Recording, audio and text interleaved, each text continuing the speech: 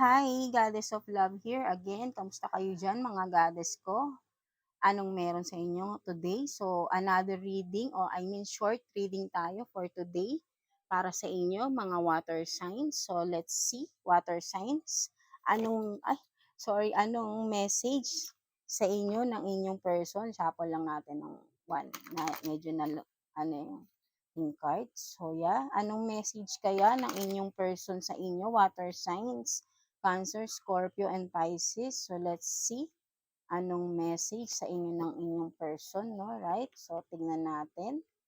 Anong message sa inyo ng inyong person? Water signs, Cancer, Scorpio, and Pisces. Tignan natin. Let's get three cards. Yes. So, yeah. Tignan natin. Anong meron? Or anong message ni person nyo for you, water signs. So, you have this, lonely without you. So, namimiss ka ng person mo, no? Water signs, no? Cancer, Scorpio, and Pisces. And, oh, what is this? I hate you're not single. So, yeah, no? Namimiss ka pala nito. So, maybe this one is your ex, no? Ex-lover mo, no? Water signs, no? So, may inis siya sa'yo, no? Kasi, hindi ka na daw single. So, meron ka ng someone din, no? No water signs, no? Kaya naiinis itong person na ito, no? And immature. So what? So yeah, maybe kaya kayo nagkaroon ng separation nito, kaya ex mo na 'to is napaka-immature niya, 'no? So kaya kayo naghiwalay dahil sa kanyang ugali, 'no, na napaka-immature. But then nami-miss ka na niya, 'no? Miss ka na ng kumbaga malungkot siyang right now.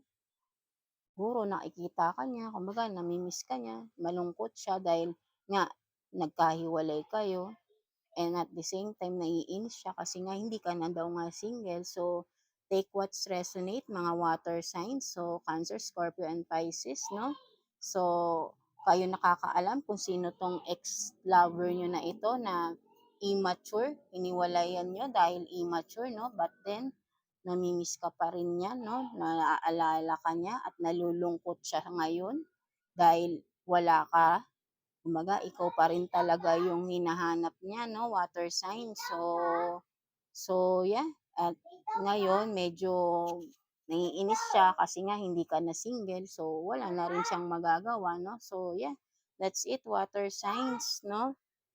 Yeah, that's it, mga water signs. So, kayo nang makaka-resonate niyan, no? Kung sino man itong person nyo na ito, no? Kayo nakakakilala rito, no? So, yeah, so I hope masaya naman kayo, no? Kasi nga meron na kayong someone na meron na kayong in a relationship na rin kayo right now, no? So this message is from your ex-lover, your past person, no? So yeah, kumaga iniisip pa rin niya nga kayo, no? Mga water signs natin yan. So yeah, that's it. So thank you for watching for our reading today, no, mga water signs, Cancer, Scorpio, and Pisces. So, until next reading natin, and please like and subscribe sa ating channel, Water Signs. And yeah, God bless you all, and thank you for watching again. And yes, water signs, thank you.